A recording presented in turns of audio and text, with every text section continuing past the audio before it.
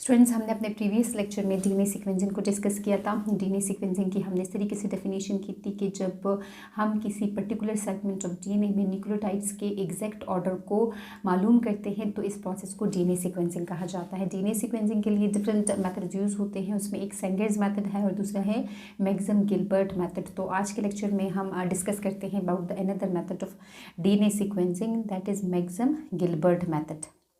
Alan Maxam and Walter Gilbert in 1976 and 1977, they developed a DNA sequencing method which is called as Maxam-Gilbert method.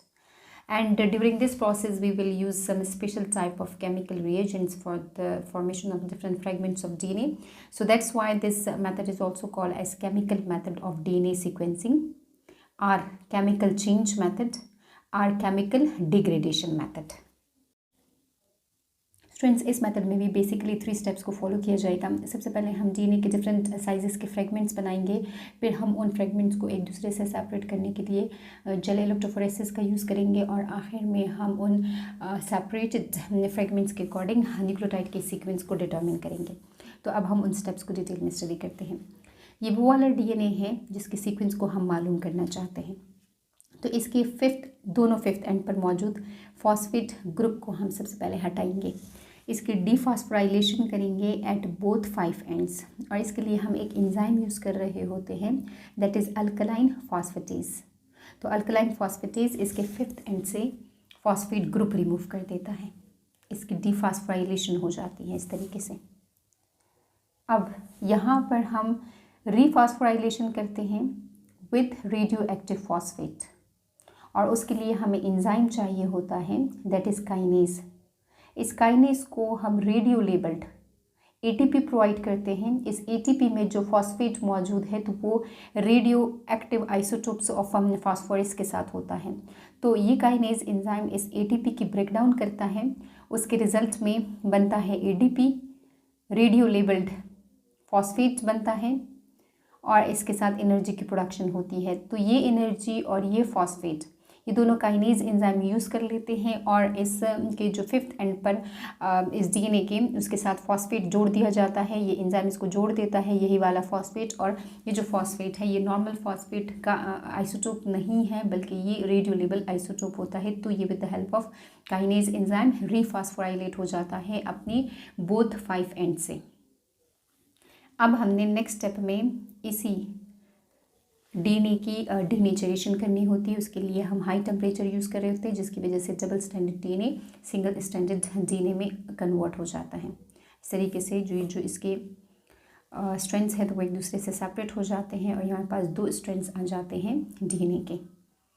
अब हमने separation करनी होती है इन दोनों strands की। हम इसको एक्सट्रैक्ट करना चाहते हैं तो एक्सट्रैक्शन ऑफ डीएनए के लिए हम जेल इलेक्ट्रोफोरेसिस करते हैं। हम इस तरीके से कुछ वेल्व्स बना देते हैं। वेल नंबर 1 में भी हम अपना डीएनए के सैंपल्स डाल देते हैं, वेल नंबर 2 में भी, वेल नंबर 3 में भी। तो फिर हम इस इलेक्ट्रोफोरेसिस के जो टैंक है उसको ऑन कर देते हैं और जो हमारे पास सिंगल स्टैंडर्ड डीएनए होंगे तो वो बहुत आगे चले जाएंगे, वो पॉजिटिव एंड की तरफ आ जाएंगे और वो इस तरीके से अपेयर हो जाएंगे।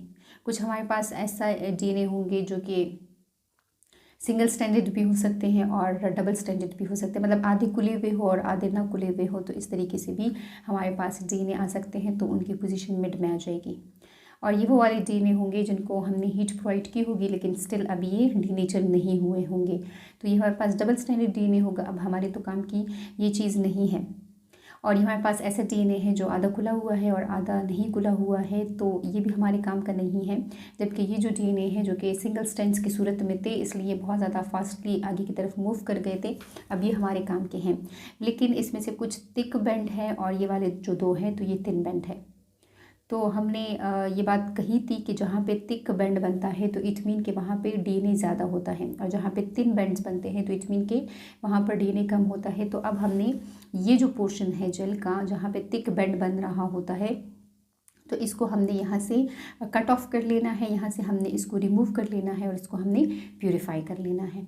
तो अब हमारे पास ऐसा DNA आ चुका है जो कि सिंगल स्ट्रैंड की सूरत में मौजूद है और उसके दोनों जो सिरे हैं, जो 5th एंड उसकी पोजीशन है, तो वो radio labelled isotope of phosphorus के साथ वो टैग हुई है। तो अब हमने मज़ीद इस प्रोसेस में ऐसे DNA का यूज़ करना होगा। स्टूडेंट्स, अब हम इस तरीके से 4 ट्यूब्स लेते हैं और उन 4 ट्यूब्स को हम लेबल कर देंगे और इन 4 ट्यूब्स के अंदर हम अपना सिंगल स्ट्रैंडेड हमने DNA डालेंगे जो कि एक्चुअली रेडियो लेबल्ड होता है। तो जो हमारे सिंगल स्ट्रैंडेड DNA होता है वो इक्वली ऐड हो जाता है इन 4 ट्यूब्स में। फर्स्ट वन ट्यूब को हम ट्यूब G के लेबल कर देते हैं, सेकंड वन ट्यूब को हम G+A लेबल कर देते हैं, थर्ड वन ट्यूब को हम T+C लेबल कर देते हैं और फोर्थ वन ट्यूब को हम C लेबल कर देते हैं। तो इनके अंदर हमने क्या डाला, इनके अंदर हमने अपना सिंगल स्ट्रैंडेड DNA डाल दिया। बट इन ट्यूब्स के अंदर अब हम कुछ केमिकल्स डिफरेंटली डालेंगे। In this tubes we add some specific, और वो सेपरेट होंगे, मतलब कि अलग-अलग होंगे, हर एक ट्यूब में अलग जाएंगे वो केमिकल्स। ठीक है, तो कौन से केमिकल्स हम इसमें डालते हैं? मॉडिफाइंग केमिकल रिएजेंट डालेंगे हम इसमें, हर एक ट्यूब के अंदर स्पेसिफिकली हम ये डाल देंगे। और इसमें दूसरा जो हम डालते हैं वो एक्चुअली क्लीवेज रिएजेंट होता है और क्लीवेज रिएजेंट रिस्ट्रिक्शन एंडोन्यूक्लिएजेस एंजाइम होते हैं जो कि DNA को एक स्पेसिफिक जगह पर कट करते हैं। तो जब ये कटिंग कर रहे होते हैं तो उससे पहले यही मॉडिफाइंग केमिकल रिएजेंट इस रिस्ट्रिक्शन एंडोन्यूक्लियस की हेल्प करता है। कैसे हेल्प करता है कि पहले वो उस स्पेसिफिक जो बेस है या न्यूक्लियोटाइड है तो उसको मॉडिफाई कर देगा और उसके बाद ये जो रिस्ट्रिक्शन एंडोन्यूक्लियस है तो ये उसके आगे कट लगा देगा। तो इस तरीके से हमारा जो DNA है तो वो फ्रेगमेंट्स में कन्वर्ट हो जाता है इन दोनों केमिकल रिएजेंट की एक्टिविटी की वजह से। इसलिए हम इस प्रोसेस को नाम देते हैं केमिकल डिग्रेडेशन मेथड। तो जो हमने ट्यूब G लेबल किया था उसमें हमने ऐसा स्पेसिफिक मॉडिफाइंग केमिकल रिएजेंट और ऐसा स्पेसिफिक रिस्ट्रिक्शन एंडोन्यूक्लियस डाला था जो कि जस्ट G वाली पोजीशन को मॉडिफाई कर सकते थे और G के अकॉर्डिंग जो कट है तो वो प्रोड्यूस कर सकते थे। फॉर एग्जांपल हमारे पास एक DNA इसमें डिफरेंट न्यूक्लियोटाइड्स मौजूद हो और उसमें कहीं पर G भी आता हो, मतलब कि गुआनिन, तो ये गुआनिन को मॉडिफाई कर देंगे और उसके बाद रिस्ट्रिक्शन एंडोन्यूक्लियस इस गुआनिन का दूसरे न्यूक्लियोटाइड के साथ जो फास्फोडाइस्टर बॉन्ड है तो उसको तोड़ देता है।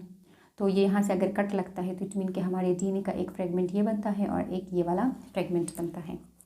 जो ट्यूब G+A हमने लेबल किया था तो इसमें हमने ऐसा स्पेसिफिक मॉडिफाइंग केमिकल रिएजेंट और ऐसा स्पेसिफिक हमने रिस्ट्रिक्शन एंडोन्यूक्लियस डाला था जो कि दो जो बेसिस हैं तो उनको मॉडिफाई कर सकता है और उनके अकॉर्डिंग कट लगा सकता है। तो वो G को भी डिटेक्ट कर सकता है, उसको भी मॉडिफाई कर सकता है और उसके अकॉर्डिंग कट लगा सकता है, और एडेनिन को भी मॉडिफाई कर कर उसको काट सकता है अपने दूसरे न्यूक्लियोटाइड से, उसका जो लिंक है तो वो तोड़ सकता है। ये देखिए, अगर उस स्ट्रैंड में, उस DNA के स्ट्रैंड में कहीं पर G मौजूद है तब भी उसको कट कर सकता है और अगर A मौजूद है तो तब भी उसको कट कर सकता है। बट अगर उसने A को मॉडिफाई कर दिया और A को काट दिया, मतलब उस स्ट्रैंड को एक जगह पर काट दिया, तो फिर उस स्ट्रैंड को दूसरी जगह पर नहीं काट सकेगा, ये आपको माइंड में रखना है। और अगर उसने G को मॉडिफाई कर दिया और G को काट दिया तो फिर अब वो A को नहीं, मतलब एडेनिन को फिर वो नहीं मॉडिफाई कर पाएगा और एडेनिन के अकॉर्डिंग फिर वो कट नहीं लगा पाएगा। इसके पास 2 ऑप्शंस होते हैं, बट उन 2 ऑप्शंस में से ये एट अ टाइम एक ऑप्शन को अवेल कर रहा होता है, दोनों ऑप्शन को एट अ टाइम नहीं अवेल कर रहा होता है। तो कट सिर्फ एक स्ट्रैंड में एक दफ़ा लगता है, 2 दफ़ा नहीं लगता है। और इसी तरीके से जो हमने ट्यूब T+C को लेबल किया था तो यहाँ पर भी जो हमने मॉडिफाइंग केमिकल रिएजेंट डाला हुआ है, रिस्ट्रिक्शन एंडोन्यूक्लियस डाला हुआ है, अगेन उसके पास 2 ऑप्शंस हैं। वो उस स्ट्रेंथ में थायमिन को भी मॉडिफाई कर हम उसके अकॉर्डिंग कट लगा सकते हैं और साइटोसिन को भी मॉडिफाई कर उसके अकॉर्डिंग कट लगा सकते हैं। लेकिन अगेन हम यही बोलते हैं कि अगर एक दफ़ा कट लगा दिया है, अगर थायमिन को सेलेक्ट कर लिया है तो फिर वो साइटोसिन को नहीं सेलेक्ट करेगा, और अगर साइटोसिन को सेलेक्ट कर लिया है तो फिर वो थायमिन को नहीं कट कर पाएगा।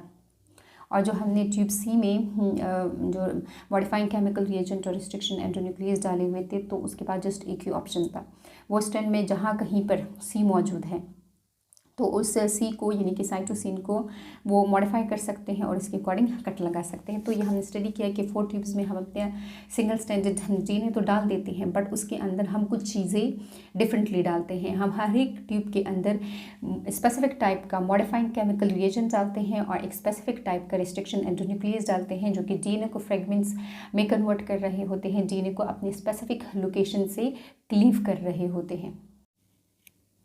स्टूडेंट्स, अब ये हमारे पास वो डीएनए है जिसके सीक्वेंस को हम मालूम करना चाहते हैं। हमने पहले भी ये बात की थी कि हम डीएनए के दोनों स्ट्रैंड्स के न्यूक्लियोटाइड सीक्वेंस को नहीं डिटरमिन करते हैं, क्योंकि वो दोनों एक दूसरे के कम्प्लीमेंट्री स्ट्रैंड्स होते हैं। अगर हम एक स्ट्रैंड के भी न्यूक्लियोटाइड सीक्वेंस डिटरमिन कर लेते हैं तो हमें उस दूसरे स्ट्रैंड के न्यूक्लियोटाइड का सीक्वेंस मालूम हो ही जाता है। तो ये जो सिंगल स्ट्रैंडेड डीएनए है ये अपने 5th पोजीशन से रेडियो लेबल फॉस्फेट के साथ लेबल हुआ है और इसमें 8 न्यूक्लियोटाइड्स का जो सीक्वेंस है तो वो मैंने लिखा हुआ है। अब हम हर एक ट्यूब के अंदर जो सेपरेट काम हो रहा होगा तो उसको अब हमने यहाँ पे डिस्कस करना है। ट्यूब जी में हमने चूँकि डाला था modifying chemical reagent and restriction endonuclease according to G, यानी कि गुआनिन के अकॉर्डिंग डाला था। तो ये जो हमारे पास स्ट्रैंड है इसमें अगर हम देखें तो 2 जगहों पर गुआनिन आता है, एक इस वाली पोजीशन पर और एक इस वाली पोजीशन पर गुआनिन आता है। तो जो हमारे पास केमिकल्स थे तो उन्होंने उस स्ट्रैंड में ये जो फर्स्ट वन पे मौजूद जी है इसको मॉडिफाई किया और इसके आगे कट लगा दिया। एट अ टाइम उस स्ट्रैंड पर एक दफ़ा ही कट लग सकता है। अगर हम स्ट्रैंड को देखें तो इसमें तो 2 जी मौजूद है, लेकिन दोनों जी को एट अ टाइम कट नहीं कर सकते हैं। तो एक पॉसिबिलिटी ये थी कि इन्होंने इस वाले जी को सेलेक्ट करके इसके अकॉर्डिंग कट लगाया, जबकि दूसरी पॉसिबिलिटी ये होगी कि हमारे पास इस वाले जी को इन्होंने छोड़ दिया था, जबकि इस दूसरे जी को इन्होंने सेलेक्ट कर लिया था और इसी जी के अकॉर्डिंग इन्होंने कट लगाकर जो डीएनए है उसको 2 फ्रेगमेंट्स में कन्वर्ट कर दिया था। अगर हम इस फर्स्ट वन फ्रेगमेंट को देखें तो जो हमारे पास ये फॉस्फेट है और ये वाला जो पोर्शन है न्यूक्लियोटाइड का तो एक दूसरे से कट जाते हैं। तो ये पोर्शन हम यहाँ पे नहीं लिखते हैं क्योंकि ये जो फॉस्फेट हमने रेडियो लेबल ऐड किया हुआ होता है, ये हमने इसलिए ऐड किया हुआ होता है कि बाद में हमें डीएनए की जो लोकेशन है जब हम जेल इलेक्ट्रोफोरेसिस करेंगे तो तब वो हमें आइडेंटिफाई हो जाए, वो हमें नज़र आ जाए, विजुअलाइज हो जाए। तो अगर हमारे पास कोई ऐसा पोर्शन है डीएनए का जिसके साथ फॉस्फेट है ही नहीं रेडियो लेबल, तो तब तो वो हमें विजुअलाइज नहीं हो पाएगा, इसलिए हम जस्ट इसी फॉस्फेट को लिख देते हैं और वो जो रिमेनिंग पोर्शन है डीएनए का तो उसको हम नहीं लिखते हैं, क्योंकि बाद में जब हम उसको रन करेंगे तो वो नज़र नहीं आएगा। जबकि अगर हम इस स्ट्रैंड को देखें तो इसको यहाँ से डिवाइड किया था, ये न्यूक्लियोटाइड सेपरेट हो गए थे और ये वाले न्यूक्लियोटाइड सेपरेट हो गए थे। तो अगेन हम बात करेंगे कि ये वाले न्यूक्लियोटाइड का जो फ्रेगमेंट है तो वो भी तो बन जाएगा, लेकिन हम उसको यहाँ पे नहीं लिखते हैं क्योंकि वो हमें नज़र नहीं आएंगे। जबकि ये वाले जो न्यूक्लियोटाइड की सीक्वेंस है, चूँकि ये रेडियो लेबल फॉस्फेट के साथ मौजूद है इसलिए हम यहाँ पर इसको लिख देंगे। तो ट्यूब जी में हमारे पास एक तो फॉस्फेट अकेला मौजूद है, उसके साथ कोई भी न्यूक्लियोटाइड मौजूद नहीं, मैंने यहाँ पे लिखा हुआ है न्यूक्लियोटाइड 0। और अब ये डीएनए नहीं है, ये जस्ट रेडियो लेबल फॉस्फेट है और ये हमारे पास डीएनए है और इस डीएनए के अंदर 5 न्यूक्लियोटाइड्स मौजूद हैं और ये रेडियो लेबल फॉस्फेट के साथ जो है वो लिंक हुआ है। अब हमने ट्यूब जी और ए जिसको लेबल किया था तो उसमें जो भी मैकेनिज़्म चल रहा होगा तो उसको हम डिस्कस करते हैं। जी है मतलब कि ये जी को भी सेलेक्ट कर सकते हैं, जी को भी काट सकते हैं अपने दूसरे न्यूक्लियोटाइड से और एडेनिन को भी काट सकते हैं। इसके अंदर हमने जो केमिकल डाले हुए हैं मॉडिफाइंग केमिकल रिएजेंट और रिस्ट्रिक्शन एंडोन्यूक्लियस तो वो ये काम कर रहे होते हैं। तो हम जी वाले को दोबारा नहीं लिखते हैं क्योंकि जी वाले को हमने पहले डिस्कस कर लिया था कि इसमें ये वाला फॉस्फेट अकेला रह जाएगा क्योंकि इसके साथ जो जुड़े हुए न्यूक्लियोटाइड्स थे तो उनको काट दिया गया था और ये वाला जो फॉस्फेट है ये अपने 5 न्यूक्लियोटाइड के साथ इस तरीके से कट जाएगा। ठीक है, जो काम इस वाले ट्यूब में हुआ था वही काम यहाँ पर भी हो जाएगा। लेकिन चूँकि इसके पास दूसरा ऑप्शंस भी हैं, वो एडेनिन को भी तो सेलेक्ट कर सकते हैं, एडेनिन के अकॉर्डिंग भी तो कट लगा सकते हैं। तो इस तरह की भी हमारे पास जो फ्रेगमेंट्स हैं वो बन जाएंगे, लेकिन कुछ इस तरह के फ्रेगमेंट्स भी बनेंगे जिसमें ये जो ए है इसको सेलेक्ट कर लिया गया होगा और इसके अकॉर्डिंग कट लगाया होगा। तो हमारे पास ये वाला जो पोर्शन है ये सेपरेट हो जाता है और ये वाला पोर्शन सेपरेट हो जाता है। तो ये वाला पोर्शन हम इस तरफ लिख देते हैं, इसके पास 3 न्यूक्लियोटाइड्स आ जाते हैं, रिमेनिंग ये वाला पोर्शन हम नहीं लिखते हैं। और दूसरी पॉसिबिलिटी ये थी कि इस वाले एडेनिन को नहीं सेलेक्ट किया गया था बल्कि दूसरी जगह पे मौजूद जो एडेनिन है तो उसको सेलेक्ट किया गया था, उसको मॉडिफाई किया गया था और उसी के अकॉर्डिंग कट लगाया था। तो हमारे पास ये वाला जो पोर्शन है उसको हम यहाँ पर लिख देते हैं क्योंकि इसके साथ रेडियो लेबल फॉस्फेट मौजूद है और इसमें 7 न्यूक्लियोटाइड्स आ जाते हैं। तो ये ट्यूब जी और ए के अंदर काम हो रहा था। इसमें जी के अकॉर्डिंग भी फ्रेगमेंट्स बने थे और इसमें ए के अकॉर्डिंग भी फ्रेगमेंट्स बनते हैं। अब हम ट्यूब टी प्लस सी का जिक्र करते हैं। इसमें हमने जो केमिकल मॉडिफाइंग केमिकल रिएजेंट्स और रिस्ट्रिक्शन एंटीन्यूक्लियेजेस हम डाले हुए हैं, उनके पास दो ऑप्शंस हैं। टी को भी मॉडिफाई करके कट कर सकते हैं और सी को भी, लेकिन अगेन वही बात आ जाएगी कि एट अ टाइम एक कट लगाएंगे एक स्ट्रैंड के ऊपर। अगर उन्होंने साइटोसिन को सेलेक्ट कर लिया हो और साइटोसिन के थायमिन को सेलेक्ट कर लिया और थायमिन के अकॉर्डिंग उन्होंने कट लगाया होगा, तो हमारे पास ये वाला पोर्शन सेपरेट हो जाएगा और ये वाला पोर्शन सेपरेट हो जाएगा। तो ये वाले जो दो न्यूक्लियोटाइड्स हैं ये यहाँ पर आ जाएंगे। मैंने यहाँ पे इसको लिखा हुआ है कि 2 न्यूक्लियोटाइड्स के साथ आ जाएंगे। या इस तरीके से भी किया होगा कि इस वाले टी को नहीं सेलेक्ट किया होगा उस स्ट्रैंड में, जबकि इस दूसरी जगह पर आने वाले टी को यानी कि थायमिन को सेलेक्ट किया हुआ होगा और इसके अकॉर्डिंग कट लगाया होगा। तो हमारे पास ये वाला जो फॉस्फेट है तो ये 6 न्यूक्लियोटाइड्स के साथ आ जाता है। ये वाले 6 न्यूक्लियोटाइड्स यहाँ पर आ जाते हैं। या इन्होंने थायमिन के बजाय साइटोसिन को सेलेक्ट किया होगा और साइटोसिन के अकॉर्डिंग कट लगाया होगा, तो हमारे पास ये वाला फॉस्फेट ओनली जी के साथ सेपरेट हो जाता है। रिमेनिंग ये वाला पोर्शन हम नहीं लिखते हैं, तो ये हमारे पास 1 न्यूक्लियोटाइड के साथ आ जाता है। और दूसरी जगह पे सी यहाँ पे मौजूद था, तो मे भी पॉसिबिलिटी ये थी, चांस तो कुछ भी हो सकता है, इस वाले को भी सेलेक्ट कर सकते हैं लेकिन इस वाले को भी तो सेलेक्ट कर सकते हैं ना। तो अब यहाँ पे इन्होंने इस वाले को सेलेक्ट कर लिया था, इसको मॉडिफाई कर दिया था मॉडिफाइंग केमिकल रिएजेंट्स ने और रिस्ट्रिक्शन एंटीन्यूक्लियेज ने इसको दूसरे न्यूक्लियोटाइड से कट कर दिया था। तो हमारे पास ये वाले 4 न्यूक्लियोटाइड इस रेडियोलेबल फॉस्फेट के साथ आ जाते हैं। इसको हम इस तरीके से लिख देते हैं। तो ये हमारे पास ट्यूब टी प्लस सी में काम हो जाता है, उसमें डिफरेंट जो फ्रेगमेंट्स हैं डीएनए के तो वो बन जाते हैं। और ट्यूब सी में जो काम हो रहा होता है तो वो एग्जैक्टली इस वाले ट्यूब में सी के अकॉर्डिंग जिन्होंने कट लगाया था तो उसी के अकॉर्डिंग होता है। एक हमारे पास ये वाला फ्रेगमेंट बन जाएगा डीएनए का जिसमें ओनली 1 न्यूक्लियोटाइड होगा और एक ये वाला फ्रेगमेंट बन जाएगा जिसमें 4 न्यूक्लियोटाइड्स मौजूद होंगे। तो हमारे पास डिफरेंट डीएनए के फ्रेगमेंट्स बन जाते हैं। अगर हम इन सारे फ्रेगमेंट्स को देखें तो इनमें इनका जो स्टार्टिंग सीक्वेंस है तो वो सेम है, लेकिन इन सब का एंड वाला सीक्वेंस डिफरेंट है। तो ये हमने डीएनए सीक्वेंसिंग में बात कही थी। अब हमारे पास ये जो 0, 5, 3, 7, 2, 6, 1 एंड 4 न्यूक्लियोटाइड्स के साथ जो डीएनए आ गया है, अब हमने इसकी जेल इलेक्ट्रोफोरेसिस करनी होती है ताकि हम इनको सेपरेट कर लें और इनको सेपरेट करने के बाद हमारा जो टारगेट डीएनए था तो उसके हम न्यूक्लियोटाइड सीक्वेंस को रीड कर लें। तो होप सो कि आपको यहाँ तक समझ आ गई होगी कि हर ट्यूब के अंदर स्पेसिफिक डीएनए के फ्रेगमेंट्स बनते हैं, क्योंकि हमने उसके अंदर जो मॉडिफाइंग केमिकल रिएजेंट्स थे तो या जो हमारे पास रिस्ट्रिक्शन एंटीन्यूक्लियेजेस थे तो वो हमने हर एक में डिफरेंटली डाले थे, इसलिए डिफरेंट डीएनए के फ्रेगमेंट्स बन जाते हैं डिफरेंट न्यूक्लियोटाइड्स के साथ। तो स्टूडेंट्स अब हम एंड में जो हमारे पास डिफरेंट साइजेस के डीएनए के फ्रेगमेंट्स आ जाते हैं तो अब हम उनकी सेपरेशन करते हैं थ्रू जेल इलेक्ट्रोफोरेसिस। और जब ये फ्रेगमेंट्स एक दूसरे से सेपरेट हो जाते हैं तो उसके बाद हम इन फ्रेगमेंट्स के जो न्यूक्लियोटाइड सीक्वेंस है तो उसको रीड करेंगे। तो हम जेल में इस तरीके से 4 वेल्व्स बना देते हैं। एक वेल में हम ट्यूब जी के सैम्पल्स डाल देते हैं, दूसरे वेल में हम ट्यूब जी प्लस ए के सैम्पल्स डाल देते हैं, थर्ड वेल में हम टी प्लस सी ट्यूब के सैम्पल्स डाल देते हैं और एक वेल में हम ट्यूब सी के सैम्पल्स डाल देते हैं। हम कहते हैं कि इस जेल इलेक्ट्रोफोरेसिस के दौरान में जो फ्रेगमेंट बहुत दूर चला जाता है, मतलब कि वो पॉजिटिव पोल की तरफ चले जाते हैं, तो इट मीन कि उसके पास कम न्यूक्लियोटाइड्स होते हैं, और जो नेगेटिव पोल के करीब रहता है तो इट मीन कि जो जल्दी दौड़ नहीं लगा पाता है तो उसके पास न्यूक्लियोटाइड ज़्यादा होते हैं। तो अब इन डीएनए के बेंड्स की जो अब यहाँ पे अपीयरेंस होती है तो इसमें कितने न्यूक्लियोटाइड्स हैं, तो उसके लिए हम कंपैरिजन भी इसका करवा सकते हैं डीएनए लैडर के साथ। हम यहाँ पे 5th वन वेल भी बना सकते हैं, उसमें हम अपना डीएनए लैडर रन कर सकते हैं ताकि हमें अंदाज़ा हो, हम कंपैरिजन हम कर सकें इन वाले डीएनए के बेंड्स की। तो यहाँ पे हम स्टार्ट लेते हैं 0 से, क्योंकि हमें पता है कि इस प्रोसेस के दौरान में कोई ऐसा फ्रेगमेंट भी लाजमी बनेगा जिसमें ओनली रेडियोलेबल फॉस्फेट ही मौजूद होगा, उसके साथ रिमेनिंग जो न्यूक्लियोटाइड्स हैं तो वो रिमूव हो चुके हुए होंगे। तो 0 से हम इसलिए स्टार्ट लेते हैं और इस तरीके से फिर हम 1, 2, 3 इमेजिन करेंगे कि जितने भी न्यूक्लियोटाइड्स हमारे पास मौजूद होंगे। ठीक है, तो जो हमने ट्यूब जी के अकॉर्डिंग सैम्पल्स डाले थे, जब हमने उनकी इलेक्ट्रोफोरेसिस की तो यहाँ पे हमें 2 बेंड्स नज़र आए डीएनए के। एक वो बेंड था जिसकी लोकेशन थी 0 के अकॉर्डिंग, और दूसरा वो बेंड नज़र आया हमें जो कि फिफ्थ लोकेशन के अकॉर्डिंग बना था।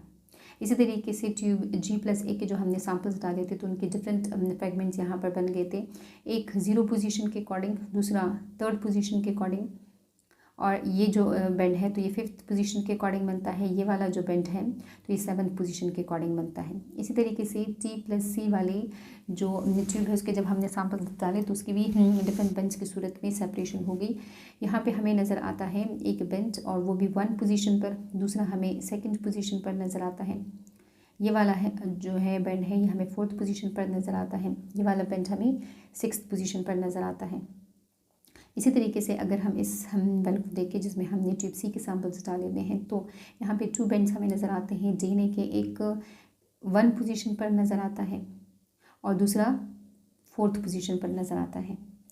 तो अगर हम इस वाले वेल्व को देखें और इस वाले वेल्व को देखें तो इसकी तो बात क्लियर है, इसमें जितने भी DNA के फ्रेगमेंट्स हैं तो वो G के अकॉर्डिंग बने हुए होंगे, इसमें जितनी भी DNA के फ्रेगमेंट्स हैं वो C के अकॉर्डिंग बने हुए होंगे। G के अकॉर्डिंग या C के अकॉर्डिंग होने का मतलब ये है कि यहाँ पे जो मॉडिफाइंग केमिकल रिएजेंट है तो उन्होंने G को मॉडिफाई किया होगा, G के अकॉर्डिंग कट लगाया होगा। यहाँ पे जो मॉडिफाइंग केमिकल रिएजेंट थे तो उन्होंने C को ही सेलेक्ट किया होगा और C के अकॉर्डिंग ही कट लगाया होगा। बट यहाँ पे अब हमें कैसे पता चलेगा कि कौन सा फ्रेगमेंट G के अकॉर्डिंग है और कौन सा फ्रेगमेंट A के अकॉर्डिंग है। सेम यहाँ पे हमें कैसे पता चलेगा कि कौन सा फ्रेगमेंट T के अकॉर्डिंग है और कौन सा फ्रेगमेंट C के अकॉर्डिंग है। तो अगर हम इस वाले एरिया को देखें और ये वाला बैंड हम देखें तो सेम यही बैंड हमें G वाले जो होल है, जो वेल है, उसके अकॉर्डिंग भी हमें नज़र आता है। तो इट मीन कि ये दोनों फ्रेगमेंट्स G के अकॉर्डिंग बनते हैं। अगर हम इस बेंड को देखें तो इस बेंड के अकॉर्डिंग G में कोई भी लाइन या कोई भी बेंड हमें अपेयर नहीं हो रहा होता है, इसलिए हम कहते हैं कि ये फ्रेगमेंट ओनली A के अकॉर्डिंग बनता है। यहाँ पे एंजाइम ने जस्ट A को ही सेलेक्ट किया होगा, A को ही क्लीव किया होगा। अगर हम इस वाले बेंड को देखें तो सेम बेंड यहाँ पर भी मौजूद है, इट मीन कि ये G के अकॉर्डिंग बना हुआ बेंड है। अगर हम इस बेंड को देखें तो यहाँ पे कोई भी बेंड नज़र नहीं आ रहा है G में, तो इट मीन कि ये G का नहीं है बल्कि ये ओनली A का है। अगर सामने नज़र आ रहा है G के तो वो G का होगा और अगर सामने नज़र नहीं आ रहा है G के तो वो A का होगा। अगर हम इस वाली लाइन को देखें तो ये दोनों C के हैं क्योंकि ये दोनों एक जगह पे अपेयर हो रहे हैं। ये वाला ओनली T का है क्योंकि यहाँ पे कोई दूसरा बेंड C वेल्व के अकॉर्डिंग या C जो ट्यूब है उसके सैम्पल्स के अकॉर्डिंग हमें नज़र नहीं आ रहा होता, इसलिए ये वाला T का है। ये और ये दोनों बेंड्स एक ही जगह पे हमें नज़र आ रहे हैं, इसलिए ये C के हैं क्योंकि ये C वाली लाइन में भी हमें अपेयर होते हुए नज़र आ रहे होते हैं। और ये वाला जो बेंड है ये ओनली T का है, ये C का नहीं है क्योंकि C की यहाँ पर अपेयरेंस नहीं हो रही होती है। तो ये हमारे पास डिफरेंट फ्रेगमेंट्स एक दूसरे से सेपरेट हो जाते हैं। अब हम इसको रीड कैसे करते हैं? हम इसको रीड ऐसे करेंगे कि हमारे पास जो बेंड हमें सबसे पहले नज़र आता है और जिस वेल्व के अकॉर्डिंग हमें वो नज़र आता है तो इट मीन कि वही न्यूक्लियोटाइड हम लिखेंगे। ये जो फर्स्ट बेंड है ये हमें G के अकॉर्डिंग नज़र आता है, इसलिए हम यहाँ पर G लिख देते हैं। अगर हम इसके बाद दूसरा बेंड देखें तो वो हमें C के अकॉर्डिंग नज़र आता है, ये वाले दोनों C के अकॉर्डिंग हम लिख देते हैं।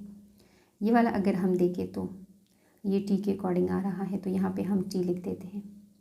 फिर इसके बाद हमें ये बेंड नज़र आता है और ये बेंड कहाँ का है? ये A का है, G का नहीं है क्योंकि यहाँ पे दूसरा बेंड नहीं है, इसलिए हम यहाँ पर A लिख देते हैं। ये और ये फिर नेक्स्ट आ रहे हैं और ये दोनों C के हैं।